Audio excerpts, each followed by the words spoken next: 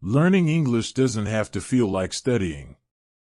When you listen to stories, your brain learns grammar, vocabulary, and structure without even trying. That's the magic of storytelling. You remember more, feel more, and understand more because you're connected to the story. In this video, you'll enjoy an entertaining tale while learning English in the most natural way possible. Before we jump in, don't forget to like this video, subscribe to LingPath, and turn on the notification bell. We post stories every week to help you become fluent without stress. Ready? Let's go. Jason had always dreamed of visiting Italy. He imagined himself walking through narrow streets, tasting real pizza, and standing beside the leaning tower of Pisa with his hand raised, pretending to hold it up, just like the classic tourist photos. That last part sounded silly, but he knew he was going to do it anyway. It was a sunny afternoon when he arrived in Pisa. The train station was small and easy to navigate. A short walk through the town brought him closer to his goal. Tourists were everywhere, carrying cameras, backpacks, and wide-brimmed hats. It was the kind of day that felt like it was made for taking photos. When Jason finally saw the tower, it didn't disappoint. It really leaned, just like in the pictures. The white marble caught the light beautifully, and the grass around it was full of people laughing, posing, or just lying in the sun. He took a few photos from a distance and then decided to find a better angle. That's when it happened. A man standing near a folding table waved to him. The man had sunglasses, a tan vest, and a big friendly smile. On the table were several items: keychains, small models of the tower, hats, and postcards. The man called out something that sounded friendly and said the word official. Jason hesitated. He didn't want to be rude.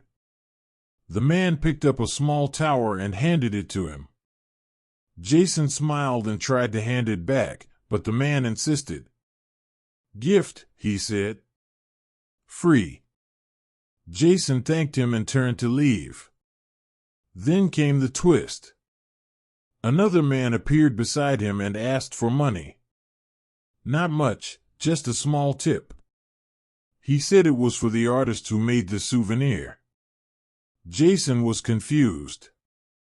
He said he thought it was a gift. The men kept smiling but didn't back off. They followed him a few steps. Their voices stayed friendly, but their eyes didn't. Jason reached into his pocket and pulled out a few coins. The man took them and then held out his hand for more. Jason gave a polite no thanks and walked away. But the damage was done. He'd been caught in a classic tourist trap. It wasn't dangerous. It wasn't expensive. But it left him feeling tricked. He found a bench near the tower and sat down, looking at the little model in his hand. It was cheap plastic, the kind you could find anywhere. He felt silly for falling for the trick, but also impressed at how smooth it had all been. The men were friendly, fast, and practiced. As he sat there, he saw them do the same thing to another tourist. The same smile, the same gift, the same gentle pressure. It was like watching a short play on repeat. Later, Jason laughed at himself. He realized that these small mistakes were part of traveling. They made good stories. They taught lessons. And they reminded him to be a little more careful next time. He put the little tower in his backpack and walked away, still shaking his head, still smiling. He had the photo, the souvenir, and now the story. And through this story, you just picked up useful expressions without even realizing it. Phrases like "he handed it to him," "he reached into his pocket," "the damage was done," and "he felt tricked."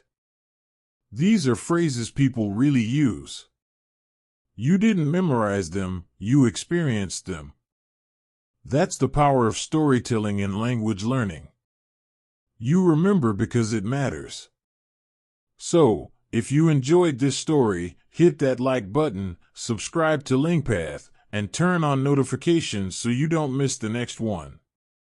And now tell us in the comments, have you ever fallen for a tourist trap? What happened? We're waiting to hear your story. See you in the next video.